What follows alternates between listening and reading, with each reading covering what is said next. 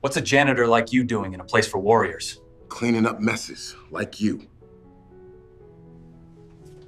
Quiet black janitor was mocked at the SEAL gym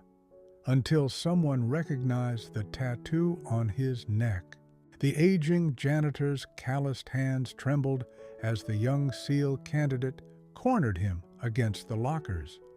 unaware that the quiet man before him had once been America's most lethal ghost. Thomas Washington's faded tattoo caught the fluorescent light, a symbol that would soon transform mockery into reverence and shatter every assumption about what heroes look like. The Naval Special Warfare Training Center in Coronado emerged from the morning mist like a fortress of steel and determination, its concrete walls reverberating with the primal sounds of warriors forging themselves in fire. Salt-heavy air rolled in from the Pacific, carrying the promise of another day where ordinary men would be pushed beyond their breaking points to discover if they possessed the soul of a SEAL. Inside the main gymnasium, chrome equipment gleamed under harsh lighting, every surface polished to mirror perfection,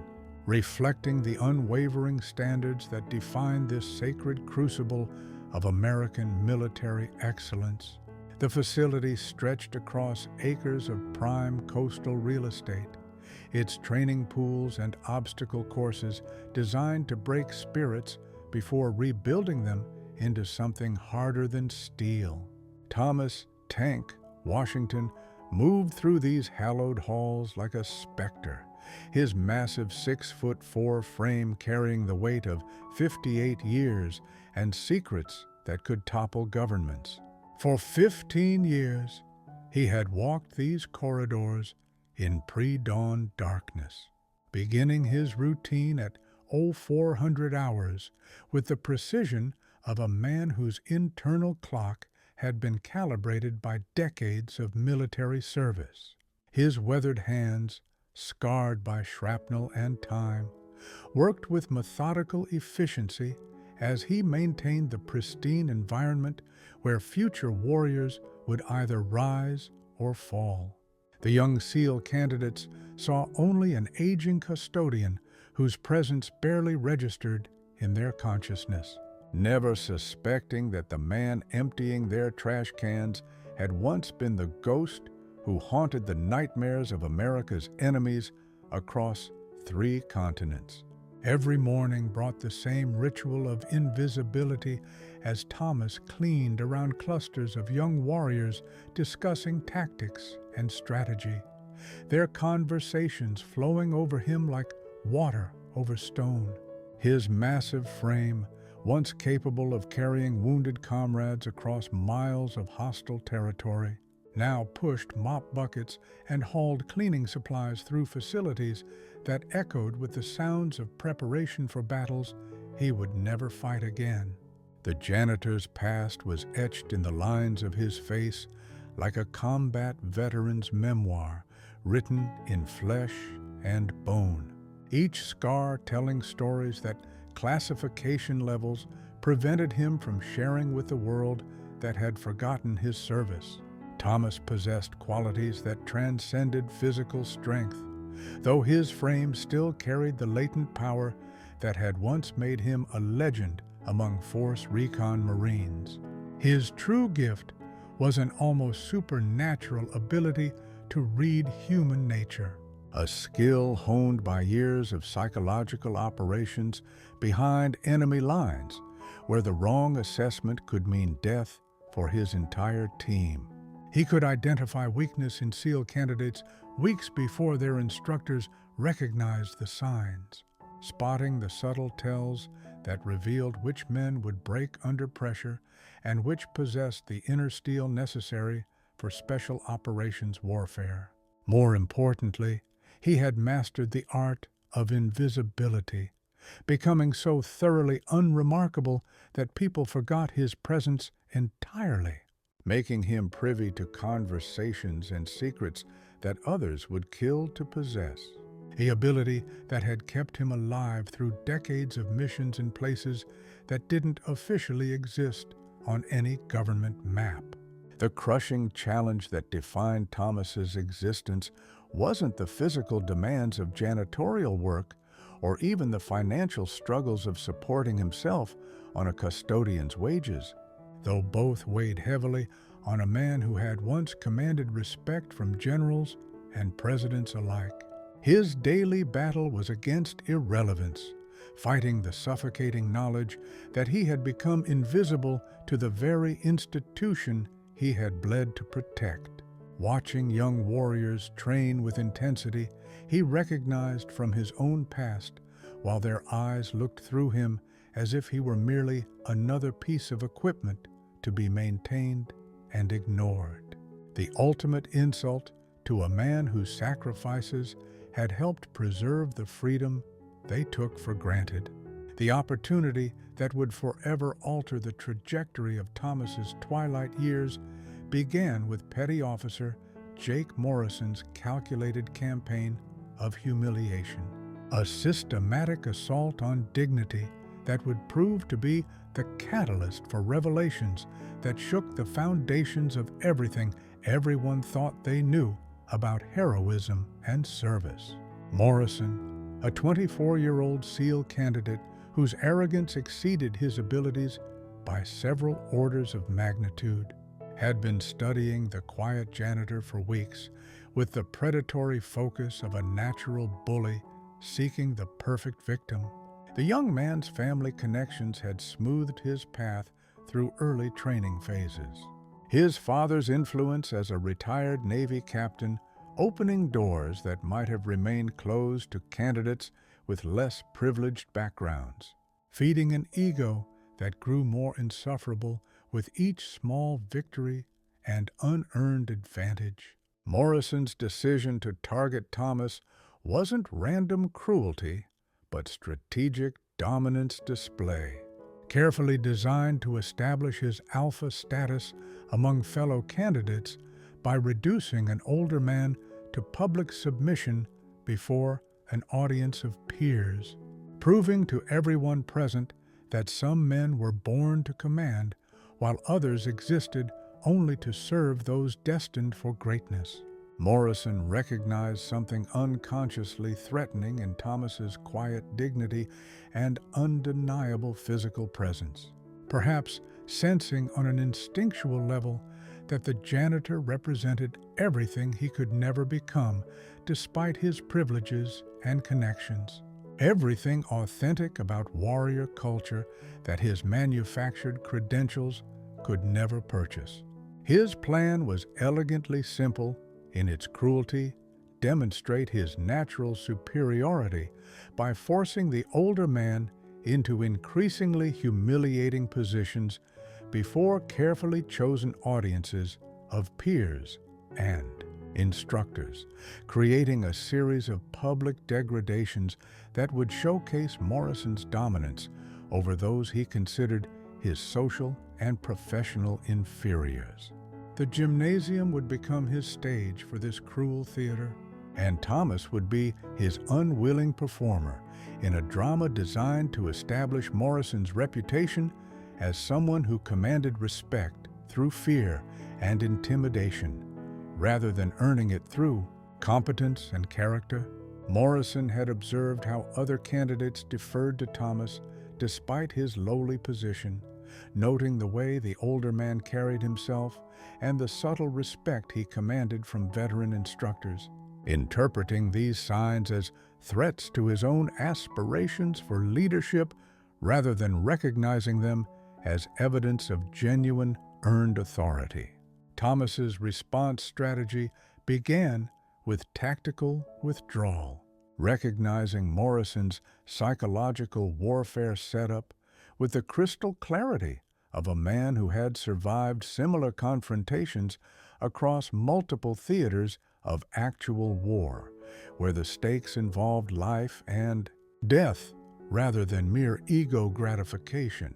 When the young candidate first approached during lunch break, surrounded by his usual collection of sycophantic followers seeking reflected glory from association with his family name, Thomas immediately understood the interpersonal dynamic at play and began formulating countermeasures based on decades of experience reading hostile intentions in human behavior. Morrison's body language screamed barely controlled aggression, his chest inflated with false bravado as he invaded the janitor's personal space before an audience of witnesses he had carefully selected to maximize the impact of his planned humiliation, creating a theater of dominance that the older man had seen play out countless times in bars and base camps from Saigon to Panama City, usually ending with someone unconscious and bleeding on the floor while military police sorted out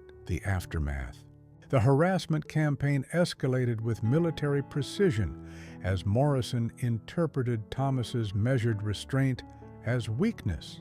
rather than recognizing it as the self-control of a predator choosing not to reveal his true nature until circumstances demanded maximum effectiveness. Each day brought new provocations carefully calibrated to push boundaries while maintaining plausible deniability. Morrison's verbal abuse growing more personal and vicious as he tested the limits of what the older man would endure without retaliation.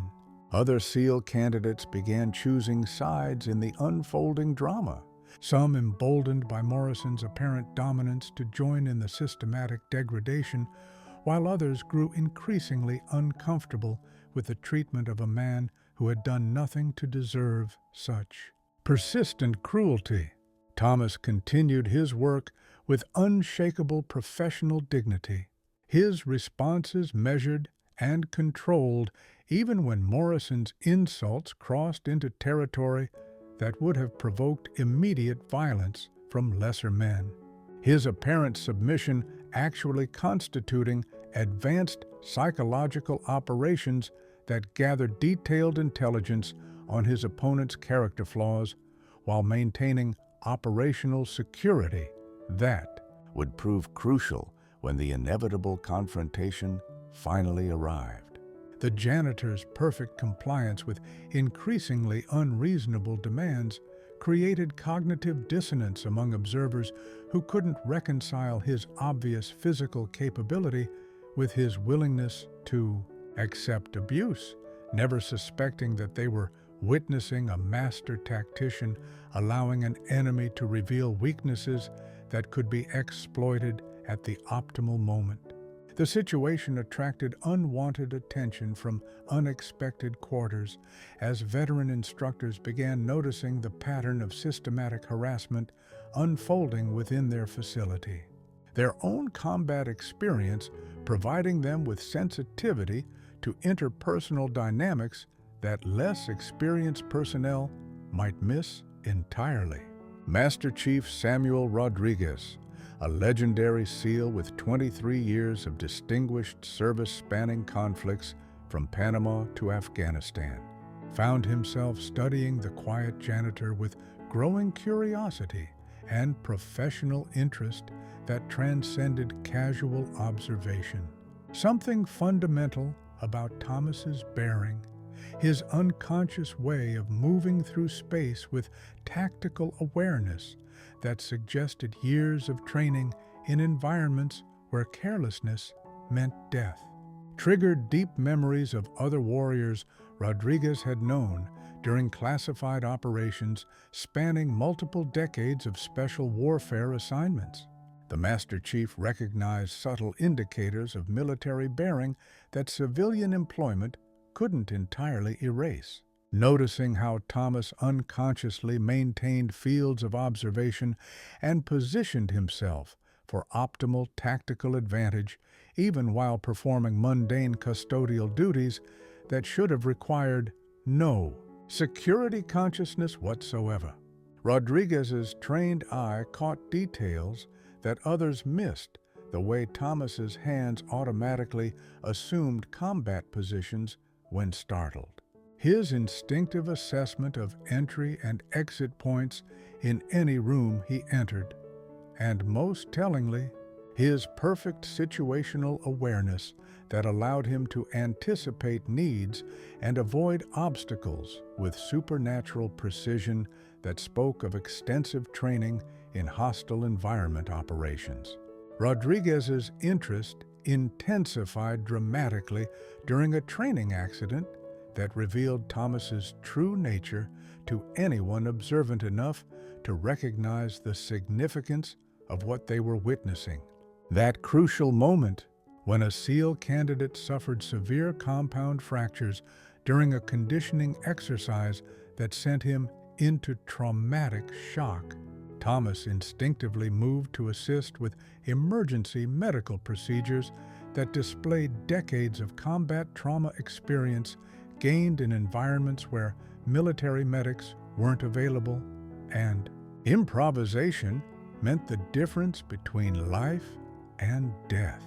His actions were professionally competent and precisely executed, anticipating the arriving medic's needs while staying out of their way with the fluid efficiency of someone who had performed similar duties under far more challenging circumstances where enemy fire and time constraints created pressure that few medical professionals ever experienced. For Rodriguez, it was impossible to miss the advanced trauma management expertise being demonstrated by a man everyone assumed was merely a janitor with no relevant medical training or military background. The Master Chief observed how Thomas assessed the victim's condition with clinical detachment, applied pressure to bleeding wounds with practiced efficiency, and communicated medical information using terminology that indicated extensive battlefield experience treating combat casualties under conditions that would have overwhelmed civilian emergency responders. The major breakthrough in understanding Thomas's true background came when Rodriguez began conducting discreet inquiries into the mysterious custodian's personal history. Using his security clearance and Special Operations Network contacts to access military databases that held frustratingly little concrete information about Thomas Washington's service record. What fragments of documentation existed had been heavily redacted or classified at levels that suggested involvement in operations far more significant than anyone had imagined possible for a man working as a facility maintenance employee. The limited records painted an intriguing picture of a Marine whose true contributions to national security remained hidden behind multiple layers of official secrecy designed to protect ongoing operations, intelligence sources, and classified methodologies that could compromise American interests if revealed to hostile foreign intelligence services. Rodriguez discovered that Thomas's personnel files contained gaps that corresponded exactly with periods of heightened special operations activity in regions where the United States had officially denied any military presence, suggesting participation in missions so sensitive that even acknowledging their existence could create diplomatic incidents or endanger assets still operating in hostile territories around the globe.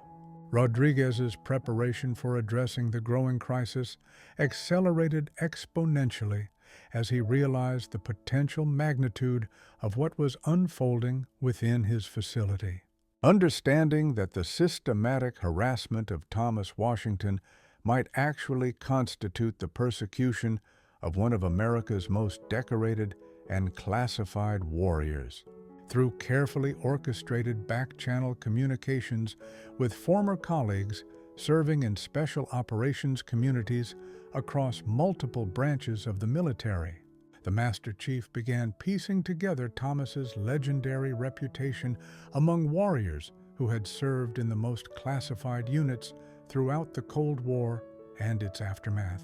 The picture that emerged from these discreet inquiries was of a Marine whose heroism had been deliberately obscured by the very nature of his service. a man whose greatest victories could never be publicly acknowledged without compromising national security interests that remained active decades after his official retirement from active duty.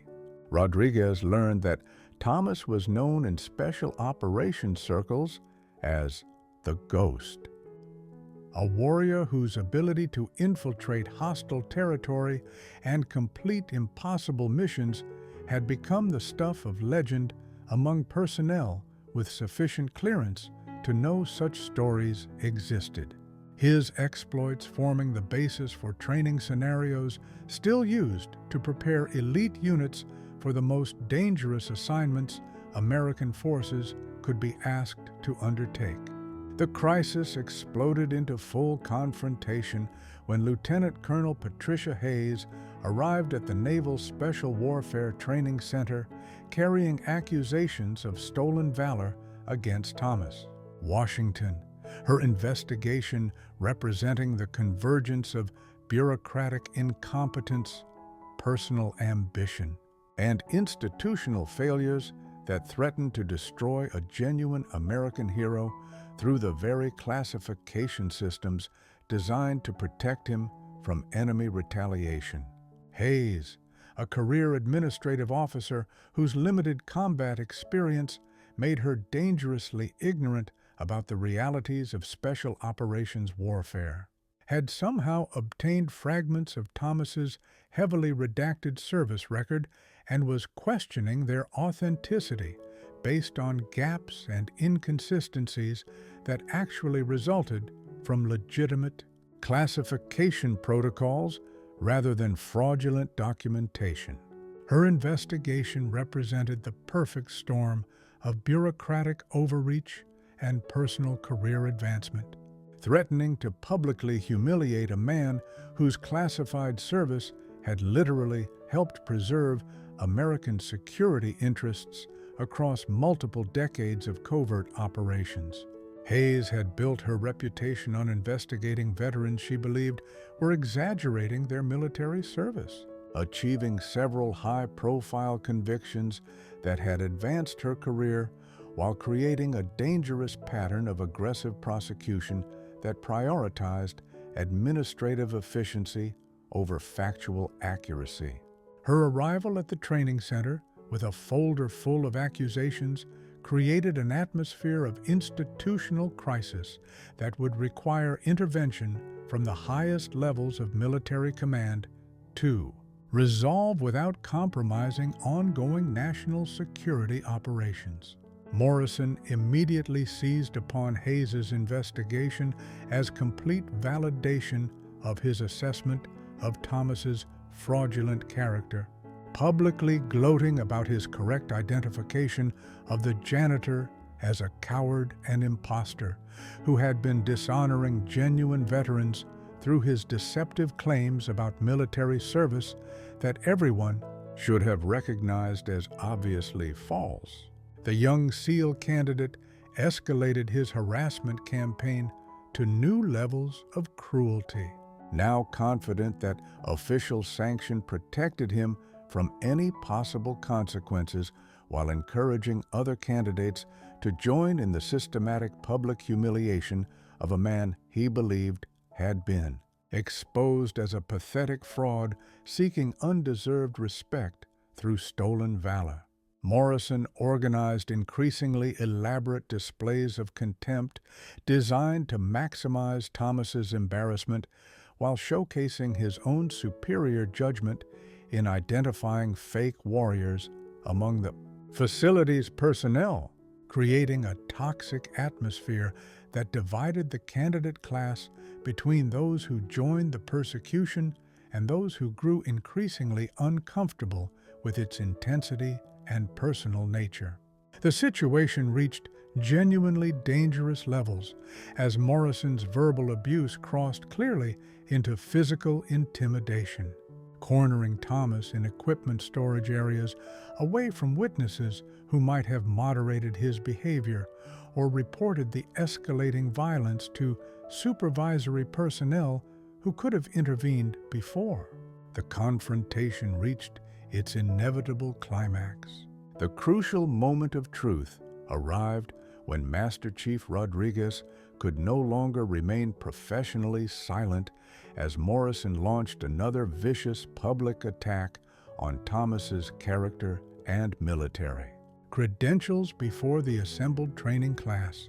creating a situation that demanded immediate intervention to prevent potential violence and protect institutional integrity. The gymnasium fell into stunned, absolute silence as Rodriguez stepped forward with the authority of his rank and experience, addressing the quiet janitor by his full military title with a precision that cut through the toxic atmosphere like a blade.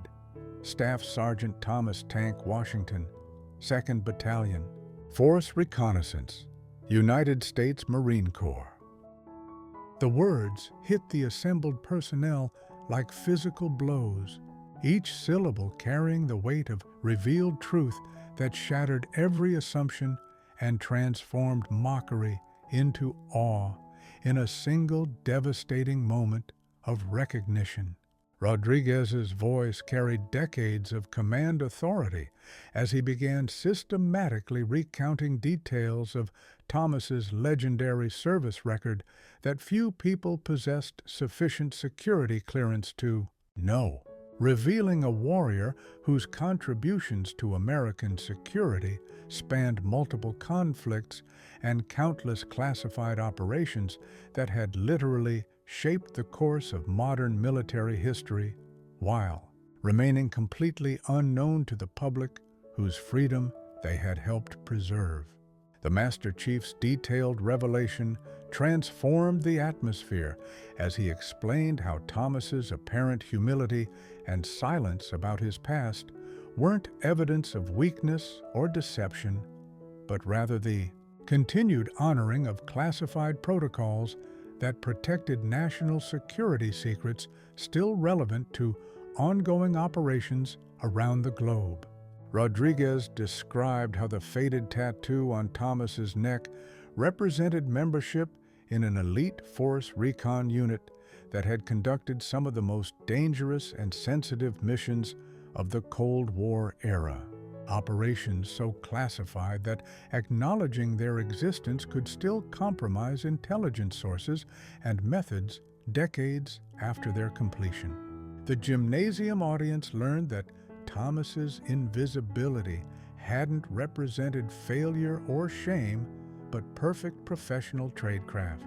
The ability to blend into any environment so completely that enemies and allies alike forgot his presence until it was strategically advantageous to reveal his true capabilities and intentions. Rodriguez's revelations continued with descriptions of Thomas's role in preventing terrorist attacks that would have killed thousands of American civilians, his participation in rescue operations that had saved the lives of captured intelligence personnel, and his contributions to psychological warfare campaigns that had destabilized hostile regimes without requiring conventional military intervention that could have escalated into major international conflicts. Thomas's final preparation for the ultimate confrontation involved quiet acceptance of whatever personal consequences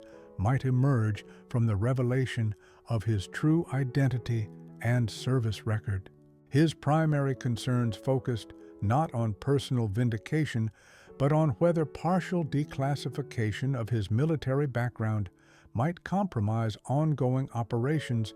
or endanger former colleagues still serving in sensitive positions around the world.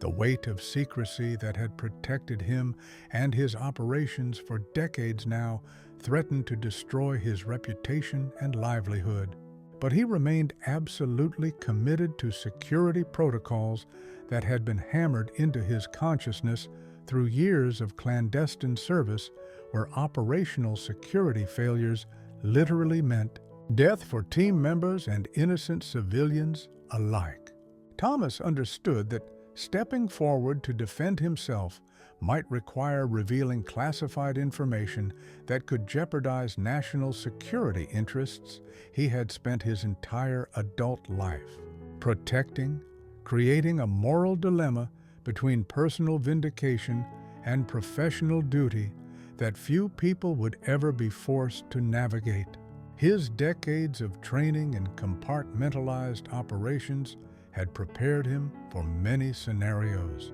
but not for the possibility that his own government's administrative systems might become the greatest threat to his reputation and the security of operations he had risked everything to complete. Successfully, his final doubts centered on the potential catastrophic fallout from exposing classified operations to public scrutiny. Wondering whether his personal vindication could possibly justify the risks to national security interests that had shaped every decision of his adult life and continued to influence American foreign policy in regions where his legacy operations still provided strategic advantages. The warrior who had once moved through enemy territory like a supernatural force now faced the terrifying possibility that stepping into public light might blind others who still operated in shadows. He had helped create through decades of sacrifice that could never be fully acknowledged or appropriately rewarded. The main event began with overwhelming institutional pressure when Marine Corps Commandant General Marcus Stone arrived at the Naval Special Warfare Training Center unannounced, accompanied by a high-level delegation that included investigators from the Defense Intelligence Agency, representatives from the National Security Council, and legal counsel from the Department of Justice with expertise in classified information handling. The gymnasium packed beyond capacity with SEAL candidates, instructors,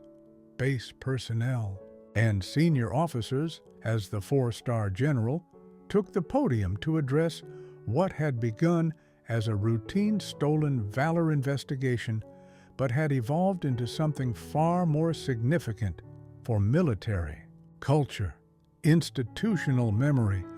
and the protection of ongoing national security operations. Stone's presence alone signaled the extraordinary nature of the situation developing at the training center, as Marine Corps commandants didn't typically involve themselves in administrative disputes about facility maintenance personnel unless circumstances demanded intervention at the highest levels of military leadership. Stone's presentation opened with devastating systematic pressure as he methodically dismantled Hayes's investigation piece by piece, revealing that her unauthorized access to classified files constituted multiple serious security violations that were themselves under active criminal investigation by military intelligence and federal law enforcement agencies. The general's voice carried the absolute authority of decades in command as he explained in precise detail how Thomas's service record had been compartmentalized not to hide fraudulent claims, but to protect ongoing intelligence operations, active assets, and classified methodologies that remained crucial to American security interests in regions where hostile intelligence services continued seeking information about past operations. Stone revealed that Hayes's investigation had actually triggered security alerts throughout the intelligence community because her probe into classified files had potentially compromised sources and methods that were still protecting American personnel operating in dangerous environments around the world. The initial difficulties in Thomas's vindication stemmed from the extraordinary classification levels that had protected his most sensitive operations for decades. requiring careful navigation between national security requirements and the fundamental need to establish his legitimate credentials as one of America's most decorated combat veterans. Stone worked directly with DIA investigators and NSC representatives to develop a careful strategy for revealing selected portions of operational records that would demonstrate Thomas's exceptional service without compromising sources, methods, ongoing missions, or intelligence relationships that trace their origins to his pioneering work in psychological operations and unconventional warfare during the most dangerous periods of the Cold War. Each revelation had to be carefully weighed against potential security consequences, creating a complex legal and operational challenge that required coordination between multiple agencies and the personal approval of officials at the highest levels of government. The crucial turning point arrived when General Stone began reading selected excerpts from Thomas's commendation records, detailing specific acts of heroism that left the assembled military personnel stunned into absolute silence as they began to comprehend the magnitude of service performed by the man they had known only as a quiet janitor. Stone described how Thomas had earned the Navy Cross for single-handedly extracting a compromised intelligence team under heavy enemy fire, carrying wounded personnel across 12 miles of hostile territory while evading capture by numerically superior forces equipped with advanced tracking technology and air support. The general continued with accounts of operations that had earned Thomas 2 Silver Stars for actions that had directly prevented terrorist attacks on American soil, including the infiltration and neutralization of sleeper cells planning coordinated strikes against civilian targets in major metropolitan areas. The moment of ultimate victory crystallized as Stone ordered Thomas to step forward and receive recognition that had been denied him for far too long. The general personally pinning additional decorations to his work shirt while explaining to the assembled audience that Thomas's contributions to national security had finally been deemed worthy of partial declassification after decades of absolute secrecy. Every person in the gymnasium, from the most junior candidates to veteran instructors and senior officers, stood at rigid attention in recognition of a genuine American hero whose greatest battles had been fought in shadows, where medals meant less than mission success and public recognition could mean death for operatives still working to protect American interests around the globe. The immediate aftermath of Thomas's vindication created transformative consequences for everyone involved in the investigation and harassment campaign that had threatened to destroy an authentic American hero through institutional failures and personal malice. Morrison publicly apologized with tears of genuine shame and horror streaming down his face, his complexion pale with the devastating realization of how catastrophically he had misjudged the situation and dishonored himself through the persecution of a man who represented everything noble about military service and sacrifice. The other SEAL candidates who had participated in the systematic harassment faced immediate disciplinary action ranging from formal reprimands to dismissal from the program, while those who had shown consistent respect for Thomas despite his humble position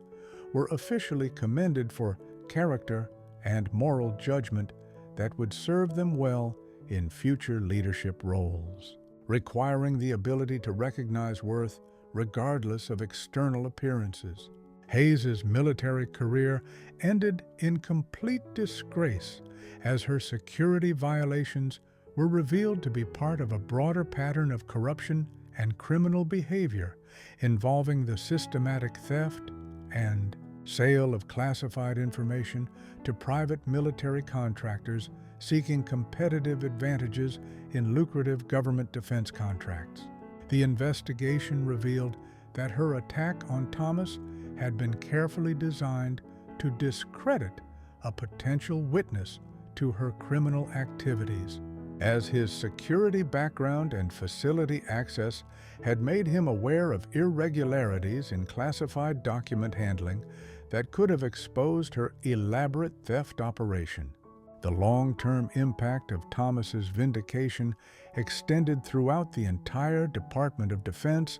as his story became mandatory study material in leadership courses at every level of military education. His example of dignity under persecution and unwavering commitment to classified protocols embodying the warrior ethos that all service members were expected to embrace, regardless of public recognition or career advancement opportunities. Thomas Washington returned to work the following Monday morning with his role fundamentally transformed from invisible custodian to living symbol of everything the military claimed to represent in terms of honor, sacrifice, and selfless service to country above personal interests. He continued his facility maintenance duties, finding deep satisfaction in maintaining the pristine environment where new generations of warriors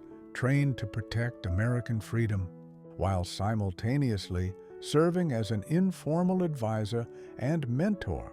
to instructors and candidates seeking wisdom from a man who had walked through fire and emerged stronger rather than broken by the experience. The quiet janitor had become irrefutable proof that true warriors never stopped serving their country, regardless of whether their sacrifices were ever acknowledged by those they protected. His presence, a daily reminder that heroism took many forms and that the most dangerous opponents were often those who appeared most humble and unremarkable until circumstances demanded the revelation of their true nature and capabilities.